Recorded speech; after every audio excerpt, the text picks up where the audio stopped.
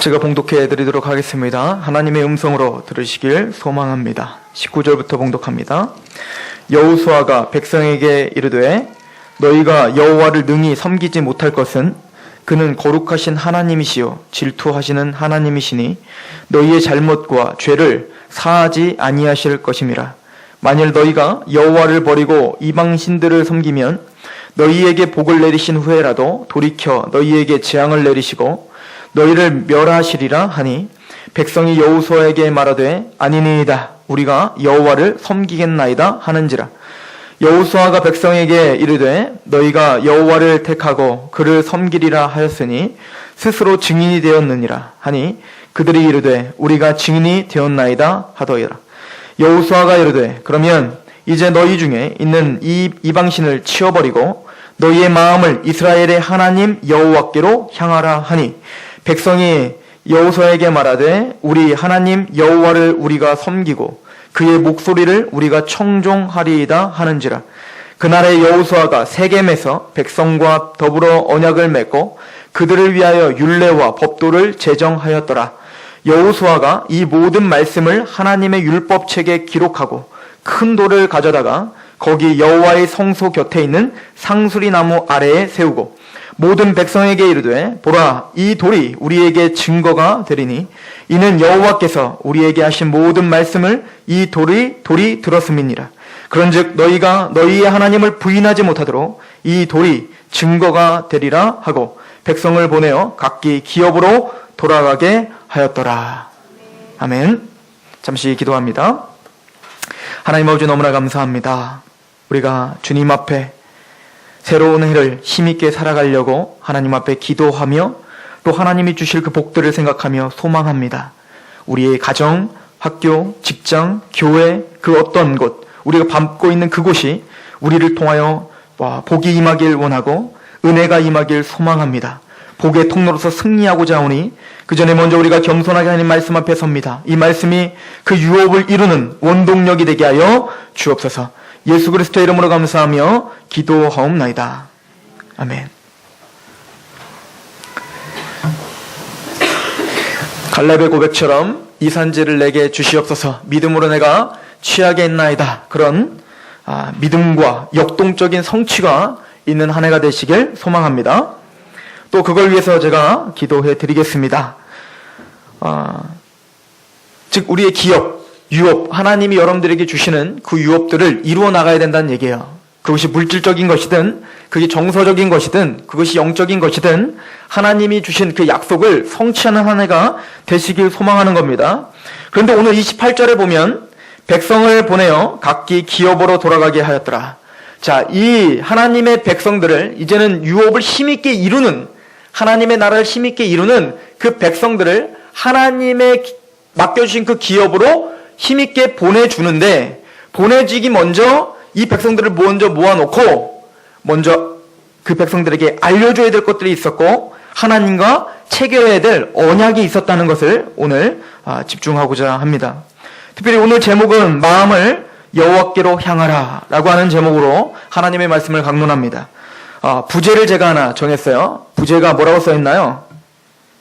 세겜 상수리 나무라고 써있죠. 주보에 있습니다.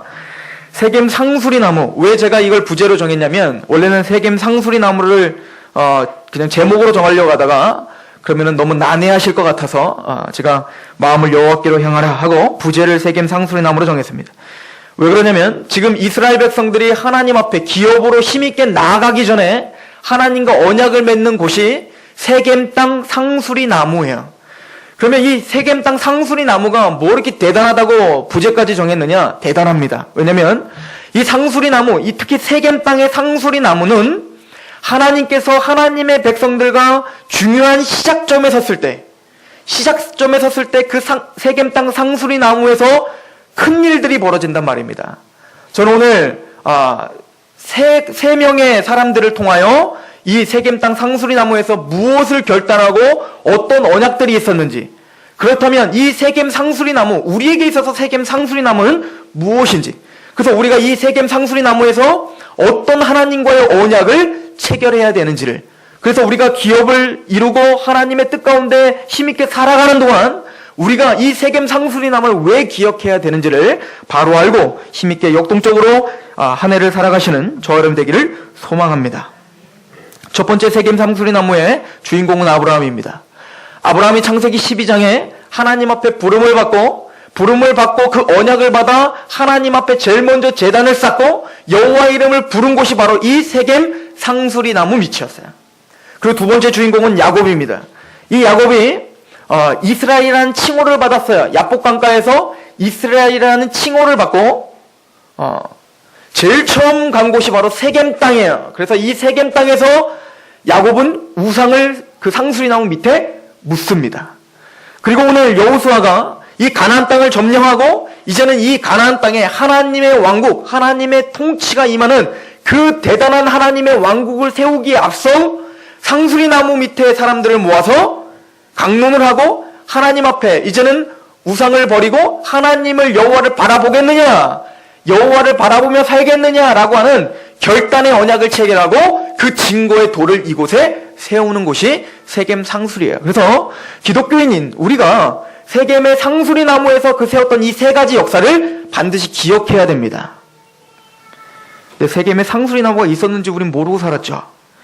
오늘 바로 아는 시간이 되시길 소망합니다. 창세기 12장 6절부터 보면 하나님께서 아브라함을 부르는 장면이 나옵니다. 오늘 본문 24장, 여호수아서 24장 2절을 잠깐 보시겠습니까? 거기 보면 아브라함에 대한 역사를 이야기하면서 이렇게 이야기를 해요. 여호수아서 24장 2절에 여호수아가 모든 백성에게 이르되 이스라엘의 하나님 여호와께서 이같이 말씀하시기를 옛적에 너희의 조상들 곧 아브라함의 아버지 나홀의 아버지 데라가 강 저쪽에 거주하여 다른 신들을 섬겼으나. 자, 아브라함이 하나님 앞에 부르심을 받았을 때 아브라함과 그 아버지 온 가족은 무엇을 섬겼다고요? 여호와를 처음부터 잘 믿었던 민족이 아니고 여호와를 믿지 않고 우상을 숭배하고 다른 신을 섬기던 아브라함을 하나님은 찾아가셔서 부르신다는 거죠. 그래서 3절에 보면 이렇게 써 있습니다. 24장 3절에 내가 너희의 조상 아브라함을 강 저쪽에서 이끌어내어 가나안 온 땅에 두루 행하게 하고 그의 씨를 번성하게 하려고 그에게 이삭을 주었다. 하나님이 아브라함이 강 저편에서 우상을 숭배하고 하나님도 모르고 하나님을 대적하고 하나님이 가장 싫어하는 다른 신을 숭배하고 있는 아브라함이 뭐 잘한 것도 없고 뭔가 하나님께 드린 것도 없는데 직접 하나님 먼저 찾아가 주셔서 그 우상 숭배에서 끄집어내어 주셨다. 이것이 이스라엘의 역사의 시작이에요. 마찬가지로 우리를 하나님이 부르신 것은, 여러분들이 오늘 여기 앉아있는 것은 우리 교회에서 매번 반복적으로 이야기하지만 우리가 하나님 앞에 뭔가 잘나서 여기 부르심 받은 것이 아니라는 사실입니다. 아브라함이 불렀을 때 우리는 다 우상 숭배자들이었어요. 하나님을 몰랐잖아요. 하나님을 대적했잖아요. 그냥 내 마음대로, 내 이기적인 욕망대로, 욕심대로 내 배만 따뜻하면 되는 거였잖아요. 그렇게 살고 있던 우리들을 하나님이 그곳에서 이끌어내어 하나님을 알 수 있는 이곳으로 불러주셨다. 이것이 은혜다라고 이야기를 하는 거죠. 그래서 바울 사도는 고린도전서 1장에 너희의 부르심을 봐라. 문벌 좋은 자가 많지 않고 강한 자가 많지 않고 능한 자가 많지 않고 약하고 지혜롭지도 못하고 그런 우리, 즉 하나님 앞에 뭔가 내세울 것 하나도 없는 우리를 불러주셨다는 거죠. 이것 자체가 은혜라고 하는 것입니다. 하나님은 그 아브라함을 부르셔서 약속을 합니다. 아브라함아, 내가 너한테 복을 줄게. 우리 창세기 12장을 잠깐 가볼게요.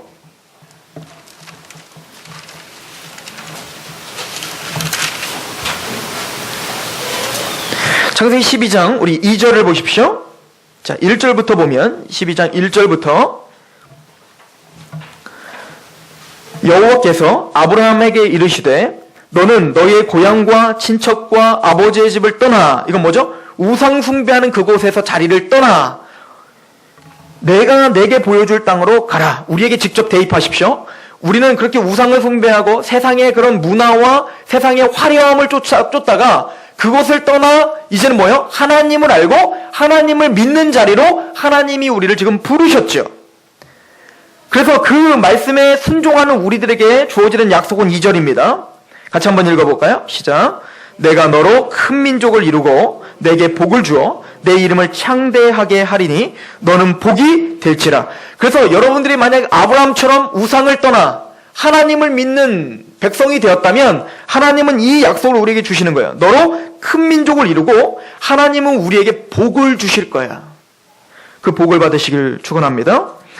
그리고 우리의 이름을 창대하게 하리니 너는 복을 받을 뿐만 아니라 너는 복이 되라. 즉 복의 근원이 되라. 복의 통로가 되라. 이런 얘기입니다.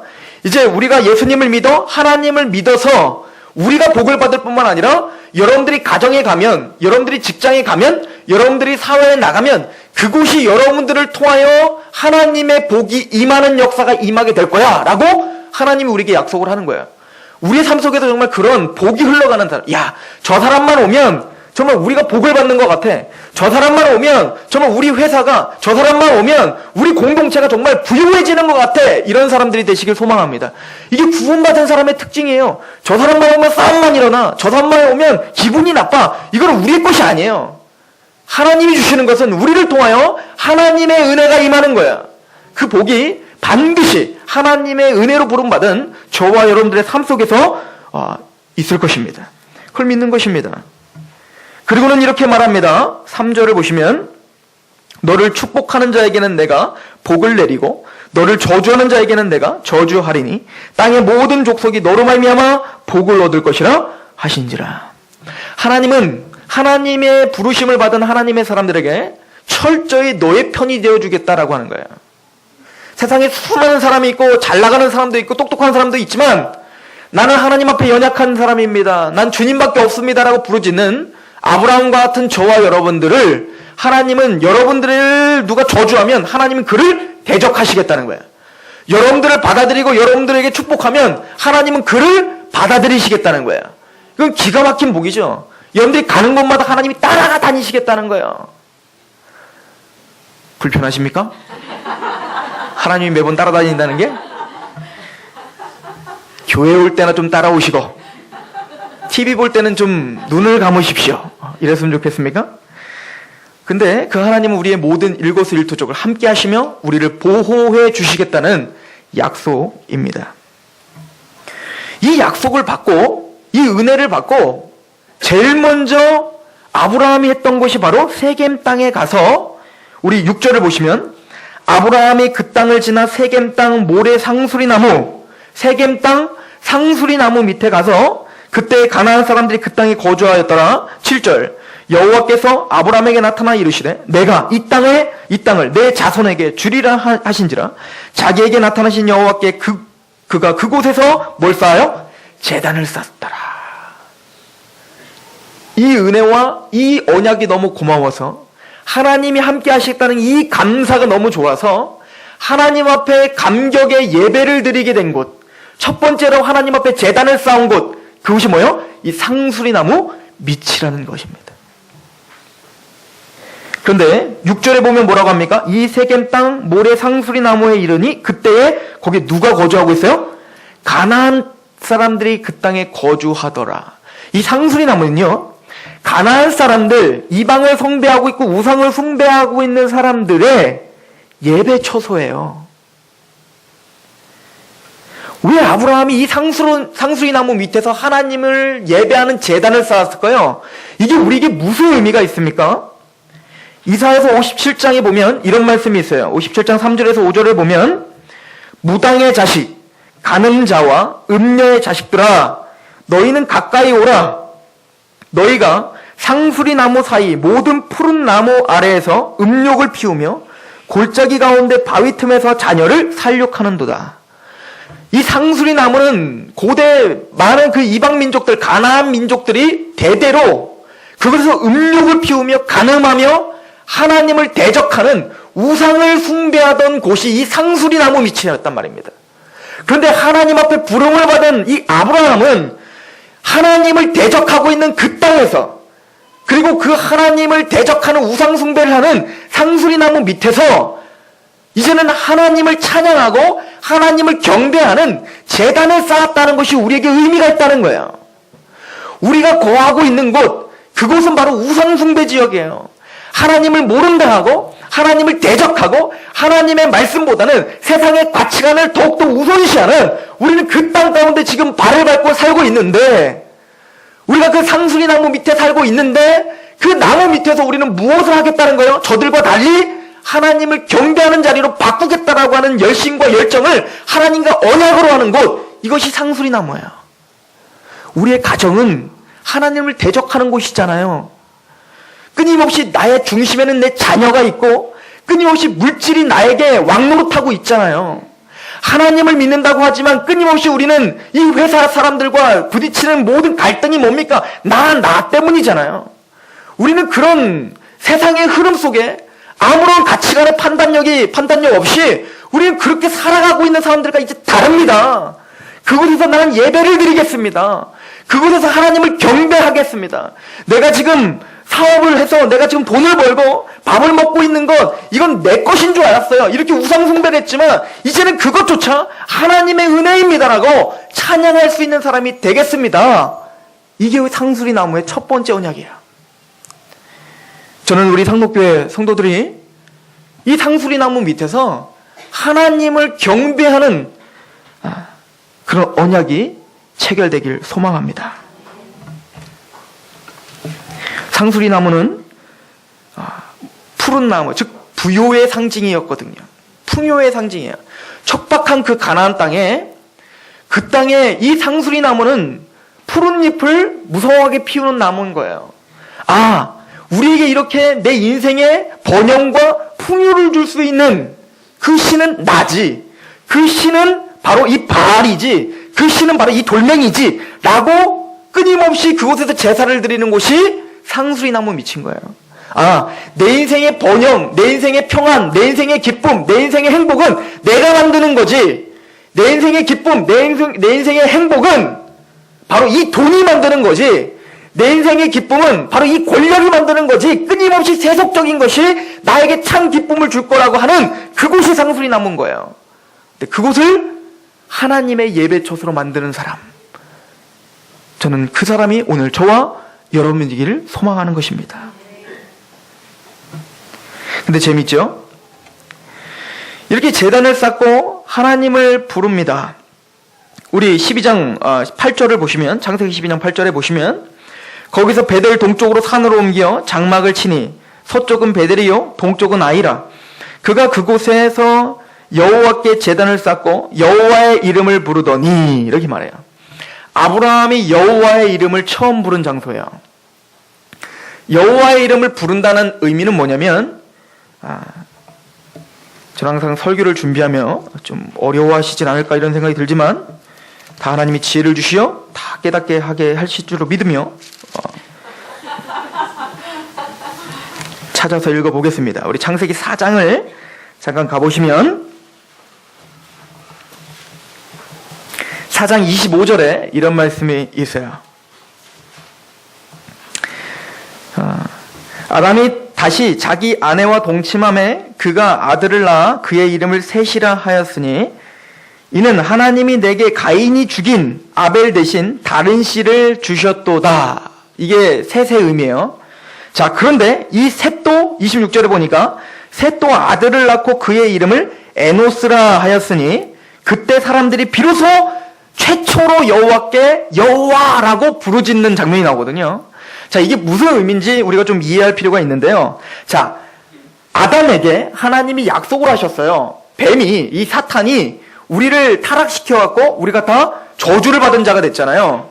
자, 그런데 그때 하나님이 약속하시기를 이 여자의 후손에게서, 창세기 3장 15절 말씀입니다. 여자의 후손이 태어나면 이 여자의 후손이 이 뱀의 머리를 밟으실 거예요. 그러니까 이 여자의 후손은 누구예요? 메시아예요. 우리를 구원시켜 주실, 우리를 회복시켜 주실, 다시 복을 찾아 주실, 저주를 풀어 주실 메시아가 누구의 후손으로 태어나요? 여자의 후손에 태어난다고요. 그러니까 아브라함의 입장이 돼보시라고요. 그럼 아브라함의 입장에서는 우리는 그 여자의 후손, 그렇지, 예수님, 이렇게 알지만 아브라함의 입장에서의 믿음은 뭘까요? 누구를 통하여 메시아가 날 거라고 생각해요? 여자, 이브, 하와를 통하여 낳는 그 자녀가 뭔가 큰 일을 할, 우리를 다시 회복시켜줄 뭔가 대단한 사람이라고 생각할 거 아니에요. 근데 첫 번째 태어난 놈이 누구예요? 가인이잖아요. 가인 살인자. 그러니까 가인을 통해서는 도통 그런 희망이 나오질 않는 거예요. 그래서 둘째 아들, 경건한 둘째 아들에게 마음을 쏟은 거죠. 아벨은 경건했잖아요. 근데 이 가인이 어떻게 했어요? 아벨을 죽였다고요. 그러니까 이 아담은 그 소망이 다 무너져 버린 거죠. 아벨이 죽어버렸으니. 그런데 또 다른 자식을 낳는데 그 이름이 뭐예요? 셋. 그래서 또 다른 씨를 주셨구나라고 해요. 믿음의 고백인 거예요. 아, 여자의 후손 또 다른 씨를 주셨다. 얘가 혹시 구원자? 이렇게 또 생각을 하게 되는 거라고요. 그런데 셋도 아니야. 그래서 셋이 아들을 낳고 그 이름을 뭐라고 줘요? 에노스. 이 에노스라는 뜻은 사람이란 뜻이에요. 한계가 있음 이런 뜻이에요. 불안정함. 이 얘기는 뭐죠? 셋은 이제 아는 거예요. 아, 나를 구원시켜주는 그 메시아조차도 사람은 내가 만들어내는 줄 아는 거예요. 내가 만들어내는 줄. 그때까지는 여호와의 이름을 부르지 못하는 거예요. 내가 할 수 있을 거라고 생각할 땐. 근데 셋이 에노스를 낳고 이제는 우리가 할 수 있는 게 아니구나를 깨닫고 얘는 사람이다. 얘는 메시아가 아니야. 얘는 불안정한 나와 똑같은 사람이야 라고 하는 뜻의 에노스 이름을 딱 짓고 바로 그때부터 누구를 불렀다? 이젠 내가 하지 못함을 알고 여호와를 불렀다 이런 뜻이에요. 그러므로 아브라함이 세겜에서 베델에서 여호와를 불렀다는 건 뭐예요? 예 하나님 나를 번영시켜 주시고 나에게 복을 주시고 나를 행복하게 해주시는 건 내가 하는 게 아니라 여호와가 하시는 겁니다 라는 고백인 거예요. 마찬가지로 오늘 여러분들이 여호와 하나님 라고 찬양한다는 것은 내 모든 인생 내가 할 수 없습니다. 모든 구원, 복, 그 모든 것이 다 하나님의 것입니다 라고 고백하는 예배자를 원하는 것입니다. 자, 그런데 창세기 12장을 잠깐 돌아와서 여기 이런 얘기가 나와요. 아브라함이요 12장 10절에 보면 그렇게 여호와만 나의 인생의 전부입니다라고 이야기하지만 10절에 그 땅에 기근이 들었으므로 환란이 닥칩니다. 아브라함의 어려움이 닥친다고요. 기근. 우리의 인생 가운데서도 그런 예배자로 살겠습니다는 결단할 땐 뜨거운데 막상 우리의 삶 속에서 기근이 닥치면 자, 아브라함에게 주셨던 가나안 땅이 있는데 그 가나안 땅을 버려두고 아브라함은 뭐라고 하냐면 그 땅에 기근이 들었으므로 아브라함이 애굽에 거류하려고 하나님이 적과 꿀이 흐르는 땅, 그 땅은 너무 기근이 들었어. 그 땅에 살면 내가 먹고 살 일이 너무 힘들 것 같아. 그러니까 어떻게 하는 거예요? 하나님께 예배를 했던 그 아브라함이 애굽 땅에 가서 그 땅에서 기구하려고 하는 거예요. 우리 모습 같지 않습니까? 하나님께 찬양하고 예배할 때는 주님 내가 요번 한 주간 실패하지 않겠습니다. 하나님을 인정하며 하나님께 그 우상 숭배 지역에서 하나님을 경배하며 나의 몸을 복종시키겠습니다라고 고백하지만 막상 우리의 삶 속에서 일어나는 그런 모든 문제에 부딪히면 언제 그랬냐는 듯이 여기가 좋사오니 하나님 뜻을 순복하기보단 그냥 세상의 흐름에 타협하며 그냥 상황에 밀려 살아가는 아브라함의 모습이 보이냔 말입니다. 이것이 누구의 모습이라는 거예요? 나의 모습이라는 거예요. 나의 모습. 게다가 하나님이 함께 하신다는 약속을 분명히 했는데 환경에 따라서 살고 있고 게다가 또 이 아브라함은 바로가 너무 무서워 보이는 거예요. 바로 애굽의 왕자 파라오가 너무 무서워 보이니까 어떻게 해요? 하나님 분명히 나를 저주하면 걔도 저주받는다고 했고 나를 축복하면 걔 축복한다고 했는데 현실에 맞닥뜨려 보니 하나님의 언약은 보이지 않고 바로의 주먹은 더 커 보이는 거란 말이에요. 우리도 마찬가지잖아요. 하나님의 약속은 자꾸 희미해지고 세상에 어떤 들이닥치는 어떤 그런 두려움들은 더 크게 엄습해 오잖아요. 그럴 때 아브라함이 믿음의 조상이기 때문에 약속을 붙잡고 확실하게 이겨낸 게 아니라 아내를 팔아버리죠. 그리고 뭐라고 하는지 보세요. 여러분들이 남편이 이랬다고 한번 생각해 보세요. 얼마나 기가 막힌가. 자, 우리 창세기 우리 12장에 가보셔서 12장 12절 13절을 한번 읽어보세요. 내 남편이다 생각하고 한번 읽어보세요. 같이 한번 읽어봅니다. 시작. 애굽 사람이 그대를 볼 때에 이르기를 이는 그의 아내라 하여 나는 죽이고 그대는 살리리니 원하건대 그대는 나의 누이라 하라. 그러면 내가 그대로 말미암아 안전하고 내 목숨이 그대로 말미암아 보존되리라. 여보, 여보는 너무 이뻐. 거기에 모든 게 황홀해서 뭐 날 팔든지 말든지 막 이렇게 하십니까? 여보는 너무 이쁜데 바로가 여보 때문에 날 죽일 수 있어. 그러니까 여보 바로 첩이 돼. 그래야 내가 보존되고 내가 살아. 나 살리고 싶지? 나 사랑하지?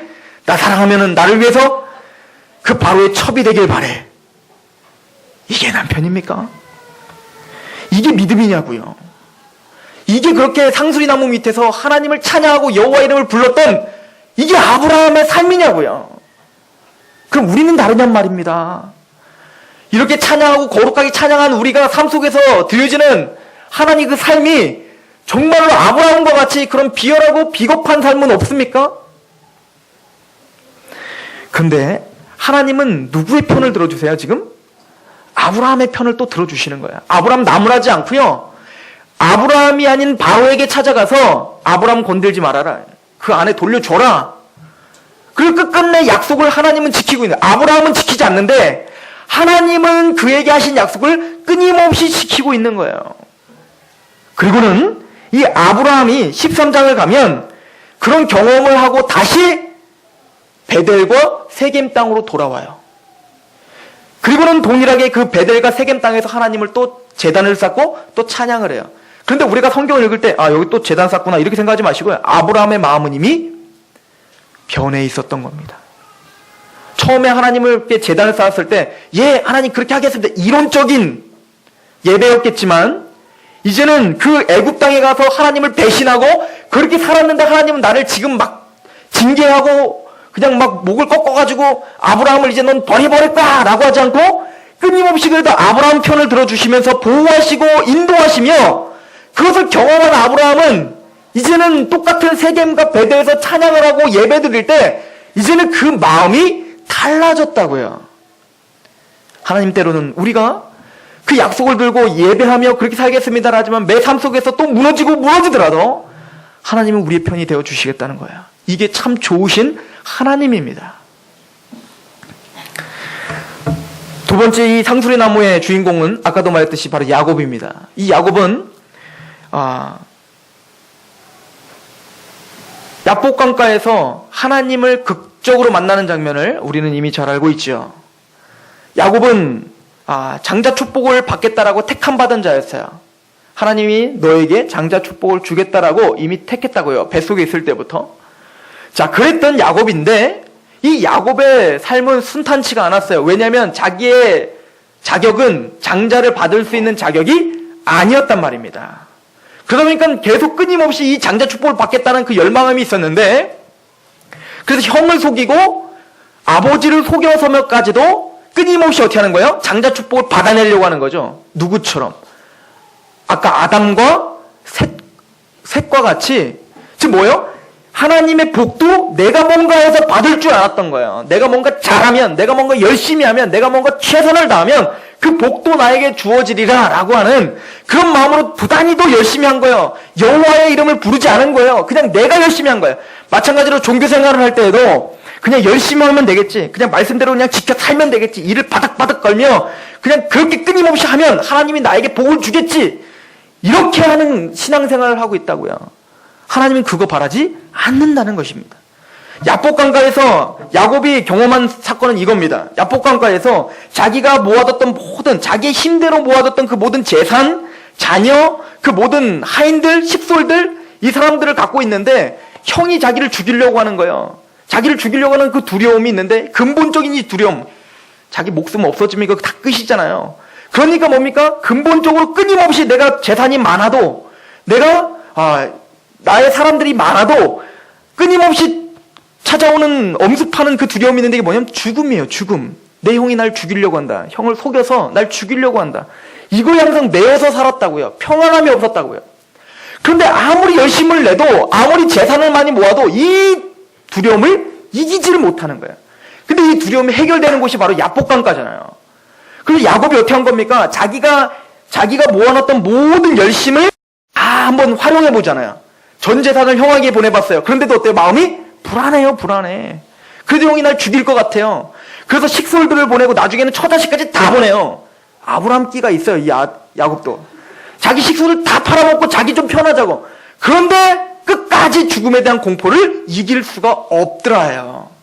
그럼 이 야복강가에서 누구를 만난 겁니까? 하나님을 만나 하나님을 붙잡기 시작한 거잖아요. 주님이 나에게 축복하지 않으면 나는 절대 주님을 놓을 수 없습니다. 이게 뭐예요? 아까 셋이 그제서야 여호와를 불렀더라. 우리 등 따시고 배부르면 하나님 잘 생각 안 나잖아요. 지금 뭔가 갈급해져야 하나님이 생각나자. 오 주님, 하나님. 안 믿는 사람들도 갈급해지면 하나님 찾더라고요. 하나님. 안 다니던 교회를 나오고 막 이렇게 한다고요. 이게 뭐야? 우리의 심성 안에 우리가 풀 수 없는 뭔가 그 두려움과 그 공포가 있단 말입니다. 그랬던 야곱이 드디어 이스라엘이라는 칭호를 받는 곳, 이게 야복강가예요.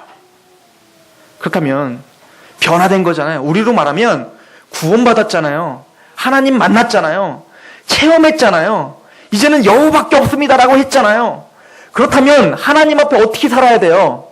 잘 살아야죠. 하나님 뜻대로 복종하며 살아야죠. 근데 야곱이 분명히 하나님께 약속한 게 있다고요. 베델이라는 곳에 가서 하나님, 내가 이곳에서 하나님을 제단을 쌓을게요 라고 약속을 이미 해놨다고요. 그런데 이제는 자기 문제가 해결되니까 하나님과 약속 다 잊어버리는 거예요. 우리도 그러잖아요. 새해가 되면 하나님, 내가 이거 하겠습니다, 저거 하겠습니다. 어떤 문제가 닥치면 하나님 이것만 해결해 주시면 내가 주님께 다 헌신하죠. 말이야 내가 못하겠습니까? 하나님 다 합니다 막. 그런데 막상 그 문제 해결 딱 되면 어떻게 됩니까? 입 싹 닦잖아요. 그리고 언제 내가 그런 약속했냐고. 그리고는 막 그렇게 마음대로 살잖아요. 야곱도 그랬던 겁니다. 그래서 세겜 땅에 간 거 아닙니까? 그때 하나님이 야곱을 치셨어요. 그 딸을 힘들게 하고 그 자식들을 살인자로 만들어버리죠. 그때 세겜 상수리나무에 야곱이 당도합니다. 그때 이 상수리나무에서 야곱이 했던 것이 무엇이냐면 창세기 35장입니다. 한번 가보세요.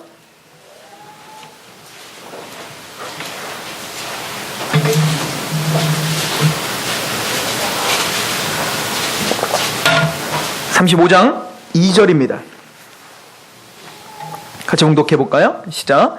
야곱이 이에 자기 집안 사람과 자기와 함께한 모든 자에게 이르되 너희 중에 있는 이방 신상을 버리고 자신을 정결하게 하고 너희의 의복을 바꾸어 입으라. 아멘. 하나님이 그 세겜 상수리 나무에서 요구하시는 건 뭐냐면 너희의 우상을 버려라. 아니, 이스라엘이 된 야곱에게도 뭐가 있어요? 우상이 있다는 거예요. 이 얘기는 오늘 구원받은 저와 여러분들에게도 뭐가 있다는 거예요? 우상이 있다는 거예요. 그 우상을 묻어두는 곳이 되어야 됩니다. 4절을 보십시오. 그들이 자기 손에 있는 모든 이방 신상들과 자기 귀에 있는 귀고리들을 야곱에게 주는지라 야곱이 그것을 세겜 근처 상수리 나무 아래 어떻게 해요? 묻었다. 우리는 그 상수리 나무 아래, 우리 마음의 상수리 나무 아래 우리의 우상을 묻는 작업을 하셔야 됩니다. 버리셔야 돼요. 야곱이 이스라엘이 되기 전에는 하나님이 내비두셨습니다. 그렇게 살도록. 세상을 보세요. 거짓말을 하고 그렇게 비열하게 살아도 승승장구하고 복 받잖아요. 근데 우리 인생은 이제 달라졌어요. 야곱이 하나님을 만나 이스라엘이 되기 전까지는 그냥 내비로 두셨다고, 형을 속이든 아버지를 속이든 그냥 묵인하셨다고요. 그리고는 뒤치다거리 하시면서 다니셨다고요. 그러나 이제 이스라엘이 된 그때부터는 하나님은 어떻게 하는 거예요? 직접적으로 손을 대시기 시작해요. 왜요? 하나님의 백성이 됐으니까요. 너의 우상을 제거해라. 너의 옷을 갈아입어라. 여러분들에게 있어서, 나에게 있어서 우상은 무엇입니까? 이 상수리 나무에 예배자로서 서 있는 그 상수리 나무 밑에서 그곳에 묻어둬야 될 우상이 무엇입니까? 골로새서 3장 5절은 우리에게 우상을 이렇게 설명합니다. 그러므로 땅에 있는 지체를 죽이라. 곧 음란과 부정과 사욕과 악한 정욕과 탐심이니 탐심은 우상 숭배니라. 그리고 요한일서 5장 21절은 우리에게 이렇게 말합니다. 자녀들아, 자녀들이에요. 이스라엘 된 자녀들아, 너희 자신을 지켜 우상에게서 멀리하라. 이것이 우리가 접해야 될 상수리 나무예요. 여러분들에게 우상은 무엇입니까? 사람마다 다르겠지요? 그 우상을 버리는 언약이 체결되는 곳, 이곳이 바로 상수리 나무 밑입니다. 그리고 오늘 본문 바로 이스라엘 백성들이 바로 가나안 땅에서 하나님의 왕국을 지금 확장하는 그 새로운 시작에 앞서 하나님이 이스라엘 백성들에게 오늘 하는 얘기를 들으시길 소망합니다. 오늘 본문으로 갑니다. 여호수아서 24장입니다.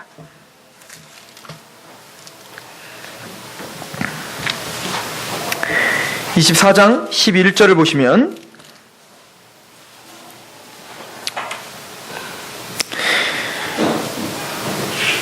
너희가 요단을 건너 여리고에 있은즉 여리고 주민들 곧 아모리 족속과 브리스 족속과 가나안 족속과 헷 족속과 기르가스 족속과 히위 족속과 여보스 족속이 너희와 싸우기로 내가 그들을 너희의 손에 넘겨 주었으며 내가 왕벌을 너희 앞에 보내어 그 아모리 족속의 두 왕을 너희 앞에서 쫓아내게 하였나니 너희의 칼이나 너희의 활로써 이같이 한 것이 아니다. 자, 지금까지 이스라엘 백성들이 어떻게 살았는지를 하나님이 다시 회고하게 하죠. 그래서 아브라함을 어떻게 불렀는지, 그 아브라함을 하나님이 어떻게 은혜를 베풀었는지, 그리고 야곱을 통하여 어떻게 너희가 애굽 땅에 들어갔다가 모세를 통하여 출애굽을 했는지, 그리고 출애굽을 해서 광야에서 하나님이 어떻게 너희를 보호했는지, 그리고 이 가나안 땅을 어떻게 점령했는지, 너희의 힘이 아니라 다 왕벌을 보냈다. 즉 하나님이 앞서서 싸워서 하나님이 이뤄놓으신 다 은혜들 아니니? 라고 말하는 겁니다. 여러분들이 살아온 인생 한번 돌아보십시오. 하나님이 여러분들을 구원해 주셨고 또 지금까지 부지하게 하셨으며 여러분들에게 가정을 주셨고 산업을 주셨고 지금까지 살아왔던 모든 것이 내 힘이 아니라 하나님의 은혜라고 고백하지 않습니까? 이것이 우리의 고백이잖아요. 지금 여호수아는 그걸 다시 상기시키는 거예요. 너에게 이런 은혜를 줬잖아. 하나님 너에게 이런 복을 줬잖아. 그리고는 여호수아는 19절에 이렇게 이야기합니다. 24장 19절에 여호수아가 백성에게 이르되 너희가 여호와를 능히 섬기지 못할 것은 그는 거룩하신 하나님이시요 질투하시는 하나님이시니 너희의 잘못과 죄들을 사하지 아니하실 것이다. 너희가 믿어야 되고 너희가 섬겨야 될 하나님은 질투하시는 하나님이라는 거예요. 하나님을 사랑하지 않고 다른 것을 사랑하면 질투하신대요. 질투. 그러나 이 질투가 너무 부정적인 생각으로는 하지 마세요. 자기 자녀를 향해서 부모는 다 질투가 있잖아요. 그죠? 우리 진욱 집사님만 봐도 시아는 싫어 죽겠다는데 자꾸 시아 따라다니면서 나한테 뽀뽀 한번 해줘. 뭐 나 사랑해. 막 그러면 시아는 막 싫다고 하면 또 누구한테 안기면 막 진욱 집사님 그 불같은 질투가 있잖아요. 나는 네 아빠라고. 왜 날 사랑하지 않는 거야? 날 좀 사랑해줘. 라고 하는 그 질투의 화신 아닙니까? 그런데 그걸 보면서 뭐 이렇게 질투를 해. 저 아빠 뭐 저래. 이런 사람 없잖아요. 그게 좋아 보이잖아요. 아빠 그만큼 딸을 사랑하는 거고 그만큼 그 딸에 대한 애정이 있는 거잖아요. 하나님이 우리를 향한 그 질투가 있다고요. 사탄에게 뺏기고 싶지 않은 죄와 타협하고 있는 그 자녀들을 볼 때는 질투가 나는 거예요. 거기서 나와라 제발. 그게 달콤해 보여도 너의 이를 썩게 하고 너의 속을 병들게 하는 그 인스턴트 식품에서 제발 좀 나와라. 부모는 이런 질투가 있는 거예요. 하나님은 우리에 대한 그런 질투가 있다고요. 때로는 그게 우리에게 힘들게 다가올 수 있다고. 왜 내가 좋아하는데 이거 싫어하냐고요, 하나님. 우리가 섬겨야 될 분은 죄와 타협하는 우리를 바라보지 못하는 질투하시는 하나님이에요. 그런 여호수아는 이걸 말하고 말합니다. 그런데도 여호와를 섬기겠니? 그런데도 너희 마음을 여호와께 집중할 수 있겠니? 여호수아는 오늘 저와 여러분들에게 물어보는 겁니다. 2013년도 이 하나님을 섬기기로 결정하니? 여호수아는 그때 이렇게 말합니다. 나와 나의 집은 여호와를 섬기기로 결정한다. 이거는 누가 시키고 강요하는 게 아니라 너희들이 스스로 결정해라. 너희는 세상을 섬기든지 아니면 그 질투하시는 여호와를 섬기든지 그곳을 결정하는 곳이 바로 이 상술의 나무예요. 그리고 말하는 겁니다. 아브라함은 그곳에서 예배하기를 결정했지 않니? 우리의 조상 야곱은 그곳에 우상을 묻었지 않니? 오늘 너희는 어떻게 선택을 할 것이냐? 오늘 저도 여러분들에게 물어봅니다. 저와 저의 가정은 여호와를 섬기기로 결정합니다. 그렇다면 여러분들은 어떻게 하시겠습니까? 기도하겠습니다.